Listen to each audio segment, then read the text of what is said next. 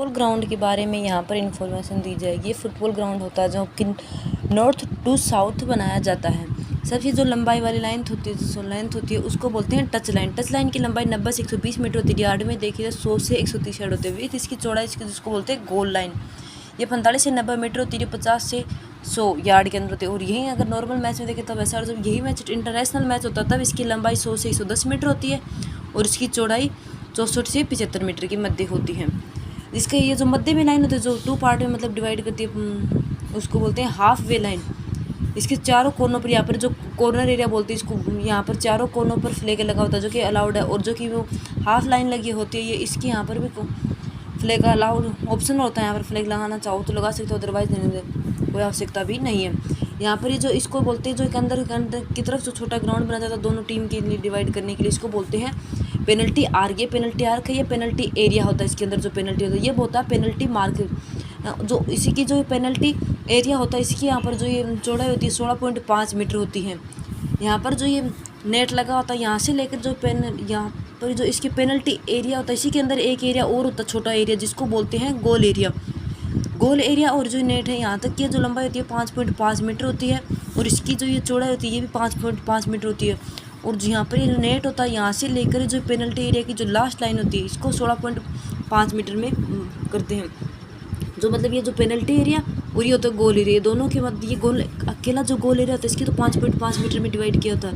और जबकि यहाँ से नेट से लेकर वो पेनल्टी होती है 16.5 मीटर होती है।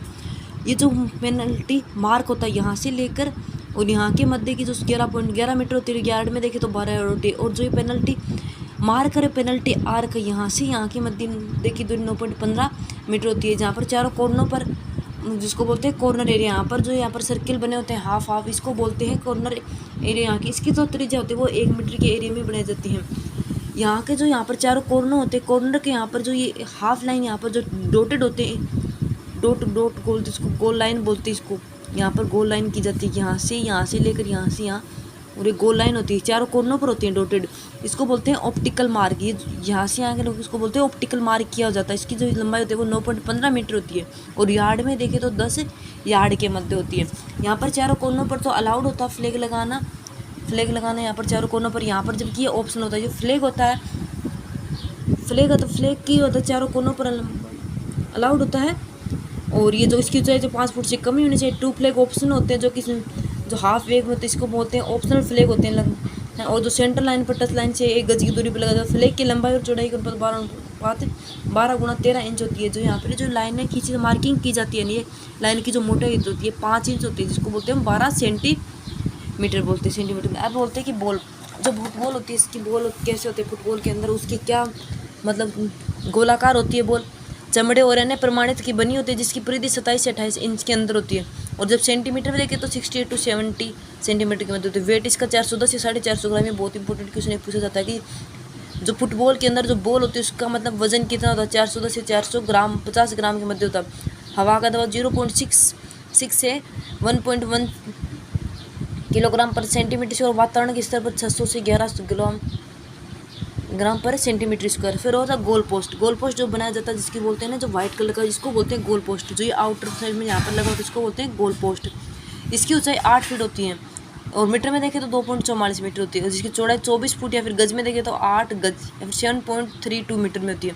गोल पोस्ट का जो व्यास होता है ये 5 इंच का होता है, 12.5 मीटर। इसके रंग का होता है सफ़ेद कलर का रंग होता है। अब बोलते हैं फुटबॉल जो है इसके अंदर कितने प्लेयर होते हैं, 11 प्लेयर होते हैं। गोलकीपर से तो मतलब एक गोलकीपर होता है और 11 हो गए टोटल। गोलकीपर से तो 10 अलग होते हैं। पूरी टीम में 18 खिलाड़ी होते हैं। अब बोले इसमें कि ए मैच में नॉट स्टार्ट और continue if either teams has fewer than 7 players. ये इसका मतलब ये है कि यदि 7 प्लेयर्स तो अलाउड ही है, अगर 7 प्लेयर नहीं है तो गेम स्टार्ट भी नहीं होगा आइदर में। अब बोले कि सब्स्टिट्यूट मतलब स्थानांतर को नहीं, गोलकीपर से तो मतलब 3 प्लेयर ऐसे होते हैं जिसको मतलब चेंज कर सकते हैं, उसकी जगह कोई और अन्य प्लेयर आ सकता है गोलकीपर से ही। तो एनी ऑफ द प्लेयर्स में change places with the goalkeeper की जगह कोई भी प्लेयर मतलब आ सकता है गोलकीपर की जगह। ओवरऑल मतलब 3 ही खिलाड़ी ऐसे होते हैं जिनको हम चेंज कर सकते हैं। अब बोलते हैं यूनिफॉर्म कैसे होती है इनकी या फिर इक्विपमेंट की, तो इनकी उनको प्रण क्या होती है। तो कंपलसरी जो इक्विपमेंट होते हैं वो उसमें देखें शर्ट विद स्लीव्स मतलब फुल बाजू की, जिसमें शर्ट अलाउड होती है। शॉर्ट्स हैं, सॉक्स हैं, सीन गार्ड्स है जो मतलब जो क्रिकेट के अंदर लगाए जाते हैं उसी प्रकार से मतलब फुटबॉल के अंदर भी लगाए जाते हैं कि चोट से बचने के लिए हाथ और पैर पे लगाए जाते हैं। फुटवेयर होते हैं गोलकीपर के लिए, ट्रैक सूट बॉटम्स तक अलाउड होता है गोलकीपर के लिए। अब बोल रहा है कि खेल का रूल क्या, खेल मतलब शुरू कैसे होता है उसी के लिए बताया इसमें। हर गेम के अंदर होता है कि टॉस करने, तो टॉस से मतलब डिसाइड किया जाता है कि कौन मतलब सबसे पहले मतलब बॉल करेगा, कौन ही स्टार्टिंग में करेगा। उसी के अकॉर्डिंग इसी मतलब टॉस जीतने वाला प्लेयर सेंटर में जाएगा। टॉस जिसने भी टॉस जीता वो यहाँ पर सेंटर में इसकी प्लेयर्स वहाँ पर खड़ा होगा और वहाँ से वो किक करेगा अपोजिट टीम। जब मतलब ये ए टीम है, ये बी टीम है। ए टीम ने यदि टॉस जीता तो ए टीम का गोलकीपर यहाँ आएगा और उसको यहाँ पर जाकर गोल करनी होगी। तो वहाँ पर गोलकीपर जिसने टॉस जीता वो सेंटर से किक ऑफ करेगा। किक ऑफ का मतलब है कि किक मतलब फेंकना, वहाँ से शुरू करेगा। जब भी मैच स्टार्ट या रीस्टार्ट या फिर एक्स्ट्रा टाइम होगा तो हमेशा से किक से स्टार्ट से ही स्टार्ट होगा। जब भी मैच गोल स्टार्ट होता है ना तो वो चाहे स्टार्टिंग हो फिर रीस्टार्ट किया हुआ फिर एक्स्ट्रा टाइम के द्वारा भी फिर से अगर टूर्नामेंट स्टार्ट करना हो तो किक ऑफ से ही स्टार्ट होगा। फिर वो रीस्टार्ट का क्यों होता है? रीस्टार्ट का मतलब है कि फ्री किक दे दी, जैसे डायरेक्ट या फिर इनडायरेक्ट। फिर ना पेनल्टी किक्स होगी, थ्रो इन्स होगी, गोल्स किक्स होगी एंड कॉर्नर किक्स होगी। कॉर्नर किक्स यहाँ से होगी। पेनल्टी किक्स होता है जो पेनल्टी एरिया के अंदर होती है ना उसे बोलते हैं पेनल्टी किक्स। मतलब पेनल्टी किक्स यहाँ से अगर पेनल्टी किक मारना। फिर क्या, a dropped ball is the restart when the refresh stop play. इसका मतलब है कि ए ड्रॉप कब बॉल अंदर मानी जाएगी, कब बॉल बाहर मानी जाएगी। जब यहाँ से लाइन से ओवरऑल आउट ऑफ मतलब दिखाई जाए उसकी बोल जाएगी बॉल आउट ऑफ प्ले। और जब यहाँ पर लाइन के ऊपर भी यदि बॉल है जरा सा अंदर की तरफ टच या फिर बाहर की तरफ, दोनों तरफ यदि टच है ना बॉल लाइन के, तो उसकी बॉल इन मानी जाएगी फुटबॉल टीम में।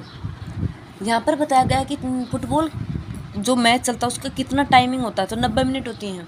90 मिनट में 45 मिनट के दो हाफ होते हैं, जिन दोनों हाफों के बीच में से 15 मिनट का गैप मिल जाता है रेस्ट के लिए। 45 मिनट का एक मैच होगा, फिर 15 मिनट का गैप मिलेगा, फिर 45 मिनट का एक मैच होगा।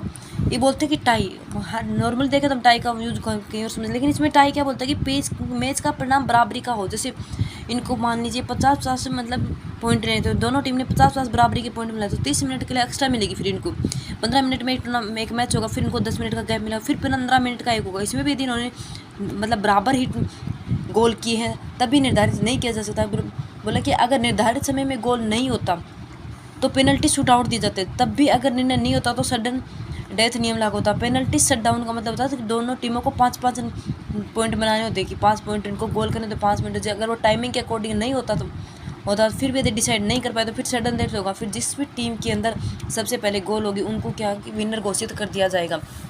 फाउल कैसे देते हैं? Direct free kick fouls, kicks contriving to kick, kicks kicking और trying to kick an opponent. विपक्षी को यदि हमने किक मारने की कोशिश की तब भी हम फाउल माने जाएंगे। बोला ट्रिपिंग एन अपोनेंट, फिर jumping at an opponent, charging an opponent in particularly dangerous और violent way charging on opponent from behind in एवोलेट। फुटबॉल मैच के अंदर 2 प्रकार के मतलब कार्ड दी जाती है, येलो कार्ड और red card. Yellow card restart करने में देरी यदि की तो वहाँ पर येलो कार्ड मिल जाएगा, और बगैर अनुमति के आप ग्राउंड से बाहर या फिर अंदर चले गए तो भी आपको येलो कार्ड मिल जाएगा। और रेफरी ने यदि फिर होता रेड कार्ड कभी दे दिए, 2 टाइम येलो कार्ड मिल गया ना तो अब लास्ट रिसीव ए सेकंड येलो कार्ड के टाइम इसको रेड कार्ड दिया जाएगा। और कमिटीज़ के साथ यदि आपने मिसबिहेवियर किया तो भी आपको रेड कार्ड मिल जाएगा, और यदि आपने मिस लैंग्वेज या फिर गलत भाषा का यूज किया तो भी आपको रेड कार्ड मिल जाती है। किसी को इंजरी हो गया, आपने गोल पोस्ट करने की कोशिश की तो भी आपको रेड कार्ड मिल जाएगी। येलो कार्ड में यदि मिलने पर आप फिर से मतलब खेल सकते हैं, यदि रेड कार्ड मिलेगा तो आप फिर से टूर्नामेंट के अंदर गेम के अंदर नहीं आ सकते, फिर आपको आउट ऑफ माना जाएगा। वो बोलते हैं कि इसके अंदर ऑफिशियल कितने होते हैं? एक रेफरी होता है, 2 असिस्टेंट रेफरी भी होते हैं जो मतलब रेफरी की हेल्प के लिए होते हैं, और फिर 2 एडिशनल रेफरी असिस्टेंट रेफरी 1, फिर क्या होता है 4 reserve assistant referee, video assistant referee और 1 असिस्टेंट होता है इसके अंदर। ओवरऑल यही होता है इसके अंदर। कुछ कमी रह गई हो तो प्लीज़ कमेंट करके बता देना। मैंने अपना बेस्ट देने की कोशिश की है। Thank you so much.